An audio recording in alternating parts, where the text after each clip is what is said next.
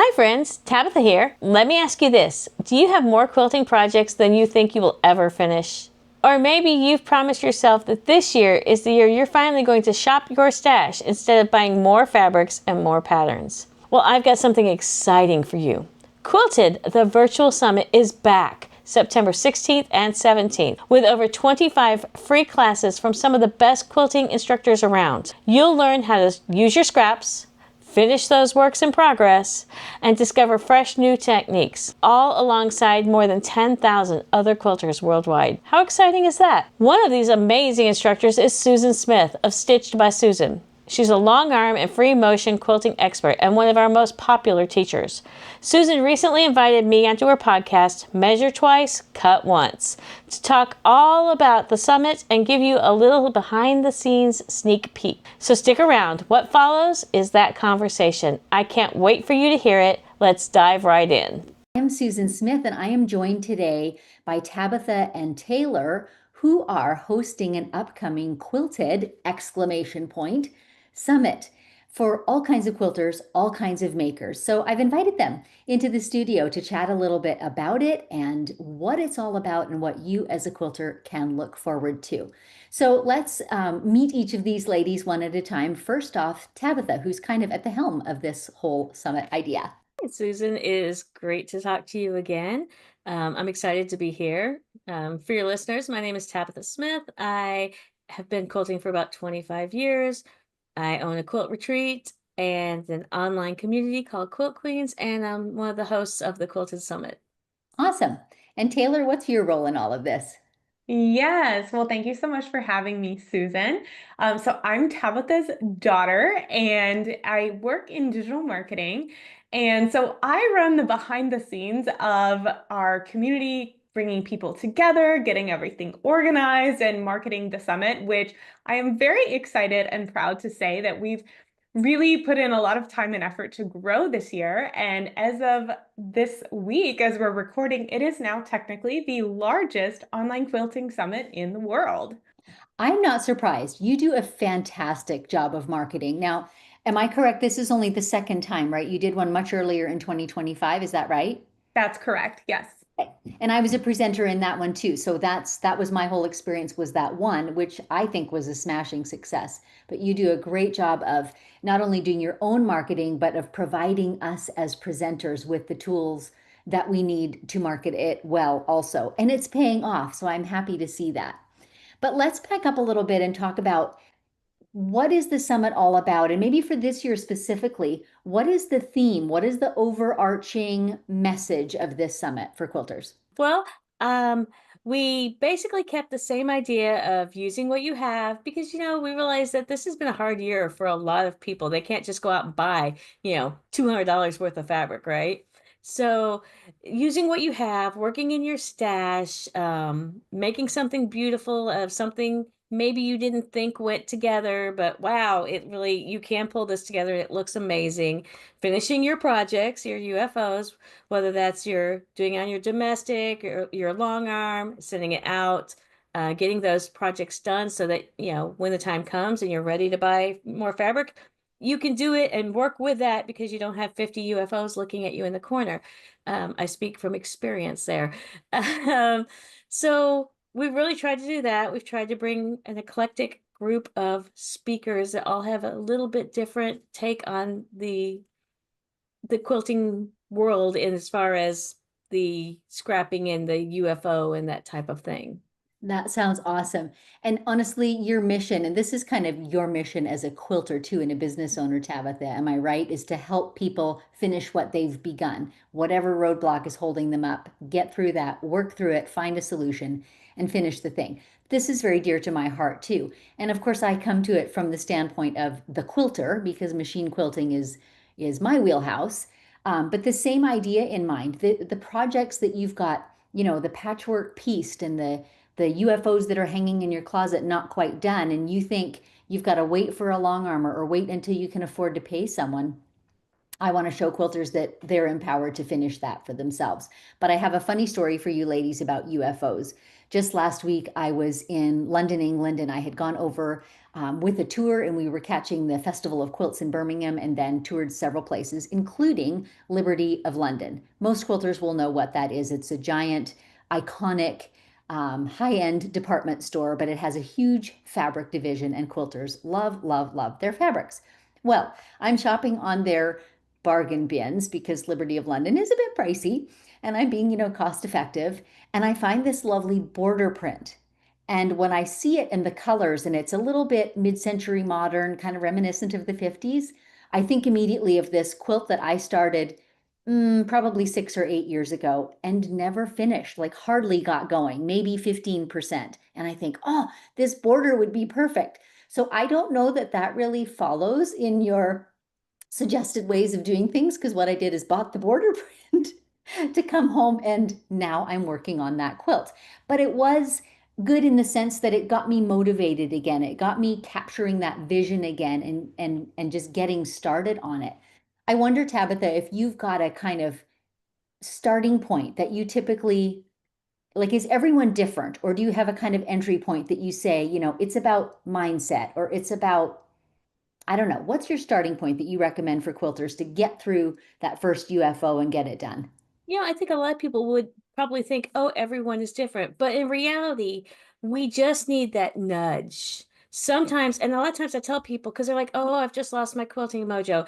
Oh, I don't know where to start. Oh, it's so overwhelming. And I'm like, grab one thing, spend 5 minutes, just 5 minutes working on it. Commit to 5 minutes. Because if you'll do it for 5 minutes, you might look up and be like, oh, wow, I worked on this for half an hour, because you when that 5 minutes is all you need to recapture that joy, the serenity, the flow of making a project, any project. It doesn't even matter what it is, as long as it's something that you can commit to for 5 minutes. Because even long arming, if you're machine quilting and you're like, oh, it's such a big quilt, it's so much work to quilt this whole thing.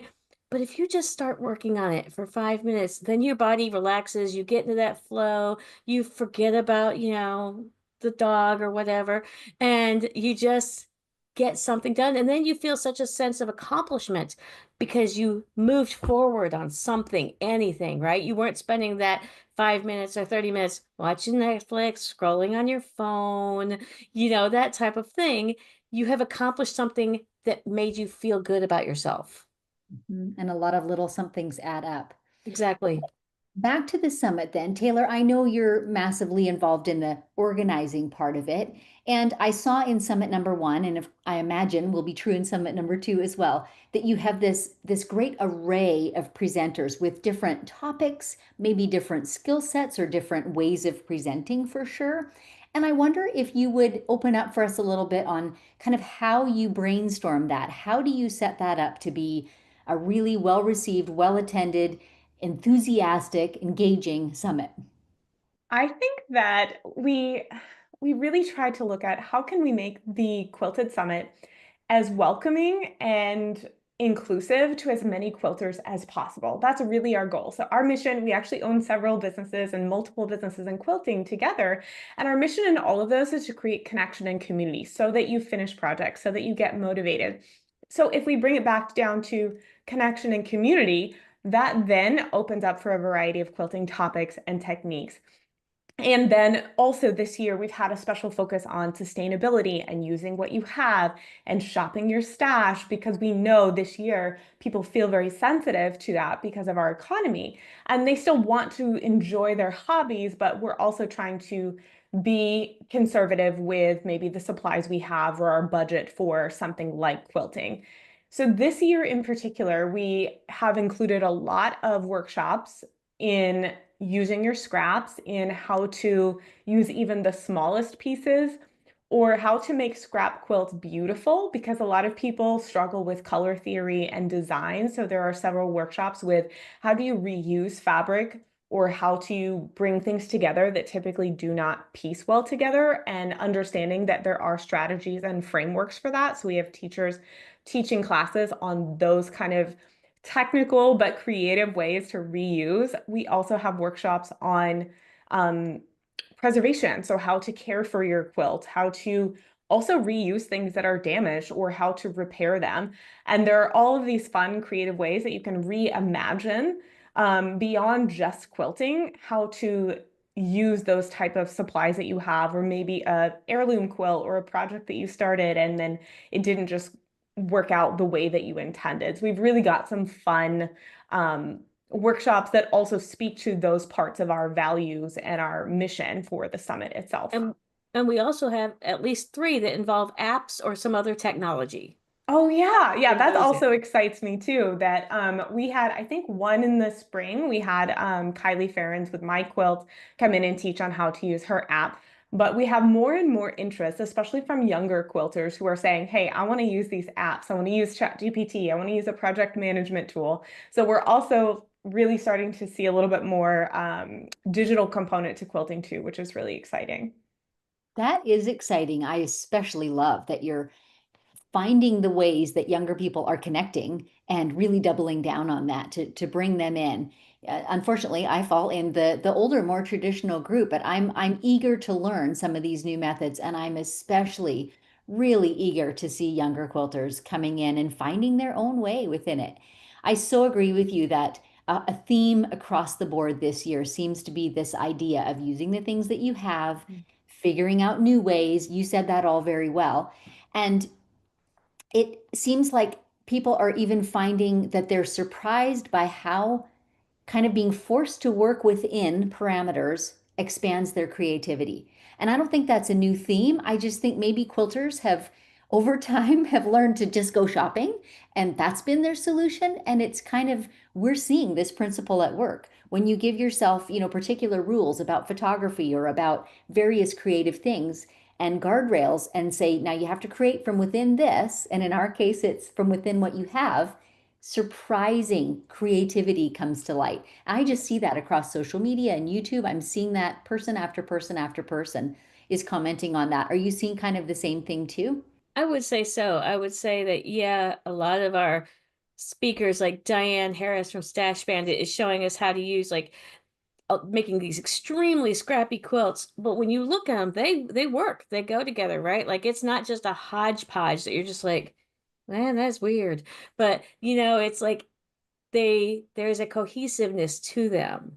Um, one of our speakers who happens to be a young man, Julius Rempe Knight from Julius Handmade, his presentation is Confessions of a Scrap Hoarder. And so he's going to be talking about he's a paper piecer. So he designs paper piecing patterns. And so he's going to talk about how he's using all these tiny little scraps that he hoards because he can't just get rid of them. Because you Right. pay the same amount per yard for that little scrap that you did the whole yard. And don't get Yes. me wrong, I am a shopper. I love going and getting new fabric. I really do. Um, if anybody's ever seen my stash, you'll know that's true. But there is something nice about, oh, I'm just going to start this project and I'm only going to use what's in my stash for this project so I guess I can rein myself in a little, right? To prove to myself that I can make something beautiful that somebody else would love, that would make a great gift, and I don't have to go spend money on it. Mhm. Because for those of us who are fortunate enough that could go spend the money on it, it's nice for us to show other people who may not have that budget that they also can work within their stash. Or they can do like I do sometimes, and I call my friends up. I'm like, oh my gosh, y'all, I need some gray. Can somebody please give me a piece of gray? I just need a little piece of gray. And you'd be surprised how many times your friends have what you need and vice versa. And that's the Yeah. wonderful thing about the quilting community is they're all so generous. I wonder if this is maybe a good moment to kind of get an overview of how the summit functions. So maybe talk about what the entry price is and how people can access it and kind of how long it's available for. Just give us highlights on that. And please know to all our viewers that lots of us that are presenting, as well as Taylor and Tabatha, are doing lots of social media posts over the next couple of weeks with full instructions for how to do this. We just want to give kind of a high level overview here of what it is that you're offering. So the summit is September 16th and 17th, and it's a free online 2-day quilting summit. We have over 25 speakers and workshops. And for those 2 days, you can sign up with our free ticket. General admission is free, and you can watch all of those. We have some people who have told us, I stayed glued to my phone or my computer for 2 days because the content is so good and the workshops are so good. And we also have a free Facebook group. Not that you have to be on Facebook, you can watch the classes directly in your web browser. But we also have a free group if you want to talk and connect and meet the speakers and meet other community members. And so for those 2 days, it's completely free for people to access. We also have an upgraded ticket. It's called our All Access Pass. It is $79 right now. The price does go up on September 14th. But if you buy ahead of the summit starting, you can get it for a discount. And that $79 gets you lifetime access to all of the replays. So you can rewatch as many times as you want. You might still be watching some of these incredible classes, and 5 years from now, you get the absolute rights to do that. And it includes a virtual goodie bag. So all of our speakers and sponsors have put together extra classes, free digital patterns, exclusive coupon codes, and it adds up to about $1,200 worth of extra bonuses, which is really, really incredible from all of our speakers and partners. And then we also have a live sit and sew each night. For 2 hours, you get to come on live and sew with Tabatha and some of our speakers and hang out in just this fun, like live sew in your pajamas, grab your wine or glass of tea and like hang out kind of experience. And that's also included with the All Access Pass. So that's both nights during the summit. And that All Access Pass is totally optional, but if you want extra time, if you want that goodie bag, you'll definitely want to go ahead and purchase it. Not to mention, we have prizes from Oluso Irons, Kimberbell, Yazzie Bags, among a few others. That is incredible. Like when you stop and think about what it costs to attend a live class, I think 79 is probably modest, for maybe a 90-minute class, right? And you're Mhm. getting literally hours and hours of Yes. the classes available to you. Can you give me kind of a smattering? I mean, you talked briefly already, but kind of a smattering of what types of things there are. Like, are there classes on piecing or classes on, you mentioned color selection and sort of color theory. Are there classes on quilting? Are there classes on maybe photography or like what other types of things are represented that people can look forward to? And it's not just the sewing, right? So we have somebody that's doing paper piecing and scrap, hoarding his scraps. We've got Susan Smith, who's going to teach us about photography and sewing. She's a long armor, an amazing free motion long armor. Because I can free motion, but it doesn't look like yours. And we have MJ Kimmin is coming back with color theory.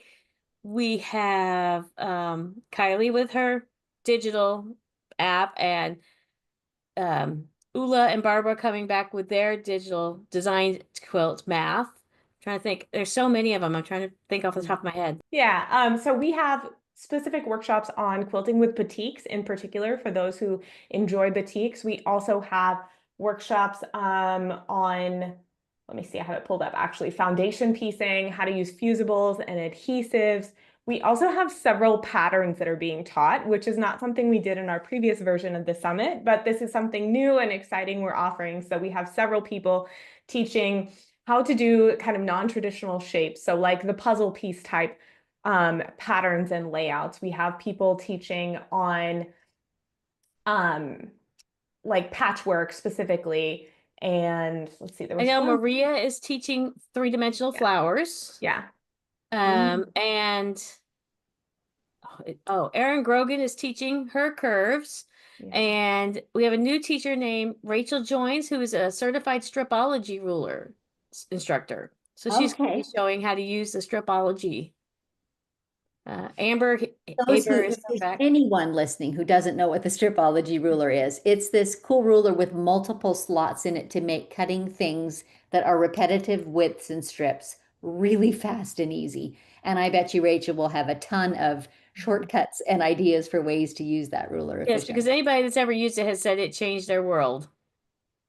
I believe Uh, it. I yeah, believe it. so Andy Stanfield is coming back. Amber from Cheeky Quilters is coming back with a new fun pattern idea with her collage. Who else do we have? And Amy Smart, of course. She Maybe was smart. someone I think every quilter pretty much knows Amy Smart from Diary of a Quilter. She's one of the kind of originals in the online quilting and blogging space. So she'll be coming back and teaching modern quilting techniques and really understanding how to do modern quilting. So we have quite a variety. I think we mentioned a lot there. that if you are someone who wants to maybe try new things, a question we get asked often is this for beginner quilters? What if I already have a lot of quilting experience? What if I'm coming in with 10 to 20 years of quilting experience? And what we've really tried to do with Quilted is make sure that there are classes and workshops for every level, and then also many different areas of interest. And the feedback that we got last time was so wonderful. And many people said, hey, I didn't expect to get very much from this because I've been quilting 20 years and I learned so much and I have so many new, fresh ideas. And I think that really speaks to the quality of the teachers that we bring Yes. in. Yes. And to your organization too, because you intentionally glean people from all different skill sets. We didn't just accept every application we got. We actually picked out so that they would go well with our theme and, all fit together well.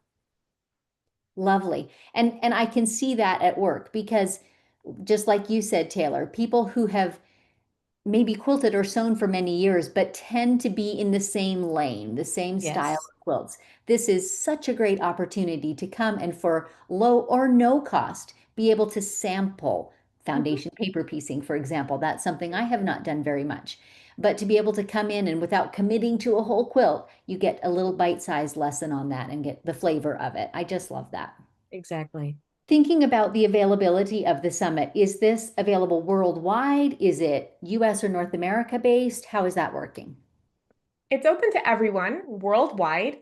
So it's very, very important to us when we say we want to create connection and community for quilters to help them achieve their goals, that we make sure that that is true for everybody. So that's also why we have a free ticket. And we actually have had people at our last summit in February 2025, which was our first one. We had people from 19 different countries join us from all over the world and in different time zones. And that is also why, because of the time difference for many people outside the US, if you are listening to this, when you join, you actually get access to those talks for the full 2 days, even if you are on the free ticket, so that if, let's say, when a talk airs, it's midnight your time or 3 a.m., you'll be able to watch that when you wake up.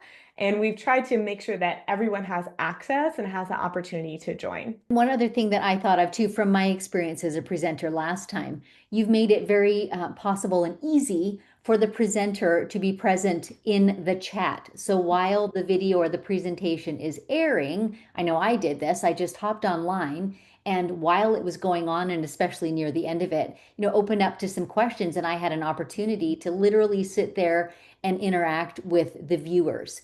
And alongside of that, you mentioned earlier, Taylor, too, there is a private Facebook group. And, optional, if you don't care to be on Facebook, that's fine. But if you do want that connection, same thing happens. The teachers are in there from time to time interacting. And certainly you could type questions and tag a presenter, ask that question, and they will then come and be able to answer it for you. So, multiple ways and touch points that we can all connect in there. Are the two of you active in that Facebook group as well? I know the answer to this, but I've got to ask it so everyone knows. Yes. I think stepping back a little bit more to your general, specifically you, Tabatha, your general mission. We touched on it at the beginning.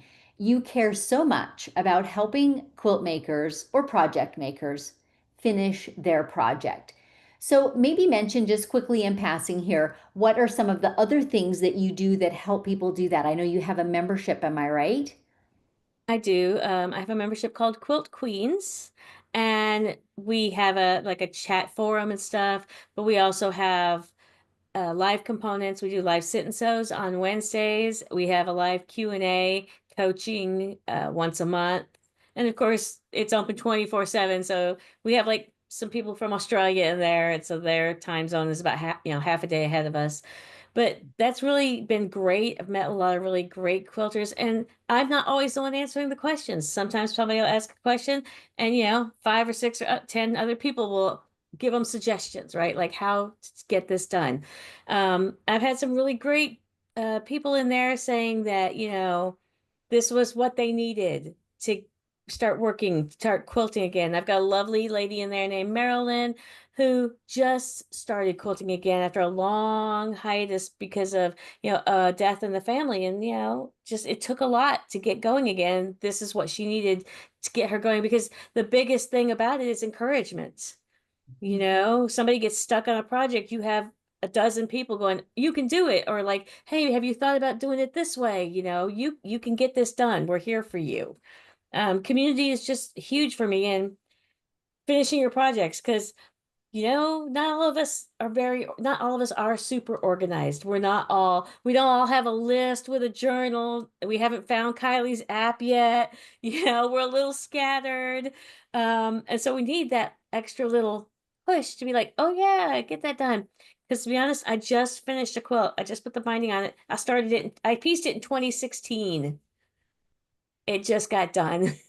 But the reason it didn't get done is because I didn't have somebody to give it to yet. And it was something I wanted to wait to gift somebody, and I had to wait for the right person to come along. I mean, honestly, that was the reason that one didn't get done. But sometimes they don't get done because we just throw them in a box and forget about them. Something shiny catches our eye. We're like, ooh, look at that new pattern. Because, if you're on social media, your Instagram and Facebook, you're seeing new patterns constantly, all day long. Oh, that's pretty. Ooh, I'd like to make that, and you're halfway through this one.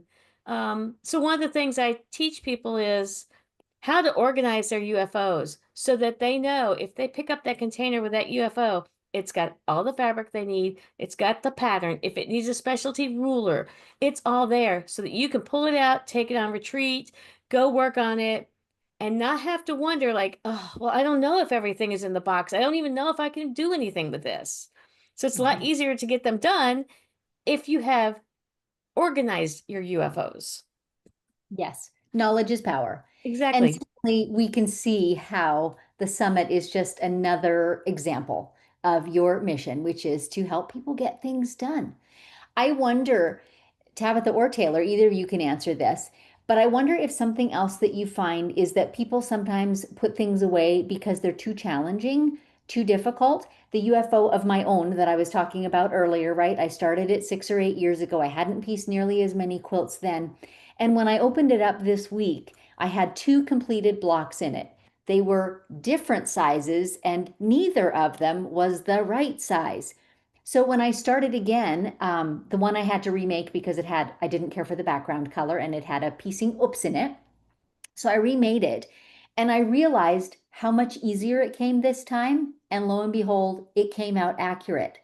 So I hope this is kind of an encouragement, but I wonder if you find this to be true too. If you've put something away because it just was too hard, it struggled, discouraged you, give it some time, but revisit it because you'll be amazed at how much your skill level has grown in that time frame and over the projects that you've completed between. Do you find that to be true of people in your groups and in fact in the summit? Yeah, I'll just say, and then I'll maybe give Tabitha a chance to add in some examples, but I'll say that actually this is something that we do in her Quilt Queens community, and I think is very true with the summit as well, that we run a lot of challenges. And just this year alone, we like a once a month challenge, we've done pull out a tool that you bought and you never used because it was so intimidating, and let's just give it a try, right? Or a challenge where one month it was only charm packs and or finishing a project that you put away because it was too hard. And what people often tell us in joining these challenges is that, oh, I can't believe I let that sit for 5 years and then I just used it for 5 hours and it was so much easier than I thought it was going to be. So I'll let Tabitha jump in. Maybe she has some more examples, but definitely something that we've seen with the challenge component that we do inside of Quilt Queens. Oh, absolutely. Fry Rex rulers. Somebody's like, I don't know what to do with them. I don't know how to make them line up. And so we kind of had a little mini class that day on those because they're so useful and so versatile. And you can make so many things with them, right? Um, One of them was my example. I had a quilt that I pieced another one nearly 10 years ago. But when I pieced it, I didn't have the experience quilting the quilts as much. And I had just gotten my long arm, and I didn't realize that you should not embellish a quilt with beads before you quilt it. Learned that one the hard way. I did. Luckily, there wasn't too many beads, but there were some hand beaded seed bead components. And so I put it away because I was just like, well, now I don't know what to do. I don't want to give it to a long armor because they'll know I shouldn't have done that, right? I was kind of embarrassed about it. So I finally, after I gotten more experience, I pulled it back out. And so now I know, oh, I know how I can work around this on my long arm. And I have that confidence now to finish this project. But that was a reason I put it away is because I didn't know what I didn't know. Nobody had told me you should not put the embellishments on before you quilt it. So it was just something I learned. We've had people in our group pull out pre-made like kits, like because I'm not really a kit. I don't buy too many kits. I'm more of a pull it out of my stash and do whatever color I feel like. But a lot of quilters like kits. They like the kits already collated for them. But and I'm always surprised at how many they have. So I'm like, okay, this month's challenge is you're gonna pull out a kit. I don't care if it's a big kit, a small kit, medium kit. Pull it out. That's what we're working on this month. And so then they're like, oh wow, yeah, that has been sitting there forever. And they're so happy and so accomplished when that challenge is over because they've pulled out the kit. They've made a new tool. They've used one of the stack of pre-cuts they have. They've finished 3 or 4 UFOs because they've been motivated to work on just that for that month. Like you said, it's putting the guardrails up. Yes, I so agree. Something that I see in quilt makers a lot is when they have, you probably see it with the kits, but I see it in a little later stage when they've already pieced the quilt top and they don't know how to quilt it or they can't afford to hire someone to quilt it. Somehow having those quilts that are pieced but not done is a bit of a weight. And Hmm. it's a creative stifler. I don't even know if that's a proper word, but that's what it feels like. You feel like you should. You should get them done. You should be giving them away. You shouldn't be shopping. You shouldn't be starting new things. And all of those things do have weight on our shoulders. So Yes. I'm kind of on a mission to help people get the thing quilted and not always give it away, but that is what we quilters mostly do. Give it away because that feeling is so good. So this is what one of my presentations is about. I call it Sew It, Quilt It, Love It, because that whole process of just getting it all together done is so wonderful. Whether or Hmm. not it comes out perfectly, you might be starting at a kindergarten level with quilting, but that is where we all start. And just the Yes. process of pressing through it and getting it done and the reward of that weight disappearing. One more thing finished, one more thing you Right. can give away and someone loves is so, so good. We haven't Right. really talked about, so I'm going to take a second and do it. My other presentation that I'm doing for this summit is on photographing quilts specifically. Now, I am not a photographer by training, or even by inclination necessarily, but over time and over practice, I have found some tricks and tips for photographing quilts just with a smartphone. So, no fancy equipment at all. Every one of us, I think, in North America anyway, has a smartphone at our disposal. And so it's just some simple settings and things in there that remarkably improve your photo level. And for me, I'm photographing for a business, but many people might be photographing just to document the quilts that they've made. They want to remember them and keep track of them. And this is a way to really up level that. So, again, I'm amazed at the variety of presenters that you have coming and the variety of skills that are coming in. I'm getting really excited about the summit myself. And I attend it, by the way. I listen to a lot of those sessions because, again, they're things that are new to me. They're outside of the things that I typically do. Do you guys find that presenters come that bring in things you've not done before? Like I know, Tabitha, you've been quilting for a long time. Do you still find new and surprising techniques? Oh, absolutely. Erin's curved pieces. Well, I've done curved pieces. I haven't done it the way she did. So I'm really excited about that presentation. Bless her heart, Andy and her half square rectangles. I don't know that she's quite got me on board on that one yet. I haven't had some really great luck with learning that technique yet. But I'm going to keep giving it a try. It's harder than it looks, to me anyhow. Like I'm used to half square triangles and I got those down, but the half square rectangles are my brain doesn't quite work for that way. Is it a What bit else? like translating? I've not made half square rectangles, so clearly I need to be attending Andy's class too. Yes, because that's her thing. She likes making half square rectangles. Um, some of the technology thing, like the math component that Barbara and Ula, because quilt math can be hard. And sometimes even I've quilted for a long time and I'm sitting there scratching my head going, okay, how big do I need to make this, right? Like what do I need to, how do I cut it first to make it end up this size? Or say you're enlarging something. I once enlarged a 12.5 inch block to being 3 times that size, and I had the hardest time remembering to add seam allow like not to add too many seam allowances or something. It was not easy. Um, Right. You can't just triple the initial measurements. That exactly. does I not learned that the cut it. hard way. You can't just triple the entire measurement because then you end up with way too many seam allowance measurements in there. So yeah, I'm learning something every time. And like I said, I do free motion my own quilts, but I am a very basic, loops, hearts, stars, that kind of thing. So your presentations are exciting because you have really developed that long arming free motion. You've spent the time to really get into it and make them really beautiful. And me, I'm just like, ooh, I just want to get this done in about 2 hours flat if I'm lucky, and we'll just get it quilted. It's just got swirls and I'm good because now I can get that one off. Because like you said, Okay. it all carries weight. It does, but I have a pep talk for you. My pep talk is any free motion design, they're all made up of the same simple motions. So if you can swirl, there's a whole ton of other things that you can do. And you may not want to. No pressure intended here.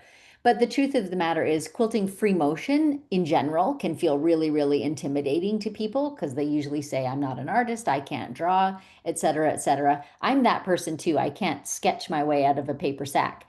But there is a methodology to learning the shapes and then combining them and then learning how to move around a quilt top. And all of that absolutely can be learned. For anybody that wants to do free motion quilting, it's very doable, very reachable. And I'm your coach for that. There you are. But I would like to level up my free motion. Well, I'm here for you. I'm here for you. Okay, let's do a quick recap. Taylor, maybe this is you. Just a recap of the dates, and I'll be sure to put links in the description. But if it's an easy one, maybe you want to say it here too, or what your website is and where people can find you quickly online. Yes, well, we hope everyone who's listened to this joins us for Quilted, the virtual summit. It is September 16th and 17th. And you can just go to quiltedsummit.com. So it's quilted past tense because your projects are done. So quiltedsummit.com. And you can also find us if you're on social media. It's on Facebook and Instagram. Our handle is also Quilted Summit. And I'm sure that Susan will have the links to everything in the show notes of this episode. And we are looking forward to an incredible 2 days, again, at the largest quilting summit in now the world, which is really exciting. And it's going to be so much fun. And there's so much to learn and so many incredible people to connect with and make new friendships with and just get inspired. So come get your free ticket or upgrade to the paid ticket if that's within your budget and you're thinking, oh, I would spend thousands of dollars to learn from this many people live and in person. It's really an incredible value. So we hope to see you there. And you don't have to travel. Right. You can watch it in your PJs with your cup of tea in hand if you like. I totally agree with all of that. I will have a link up above as you're watching and in the description. If you use my affiliate link to join, that's kind of your way of saying to Taylor and Tabatha, yep, Susan sent me. And so I'd appreciate if you'd use that. Thanks, ladies, so much for joining me. It is always a pleasure to chat quilts and quilting topics with you. Awesome. Thank you for having us, Susan.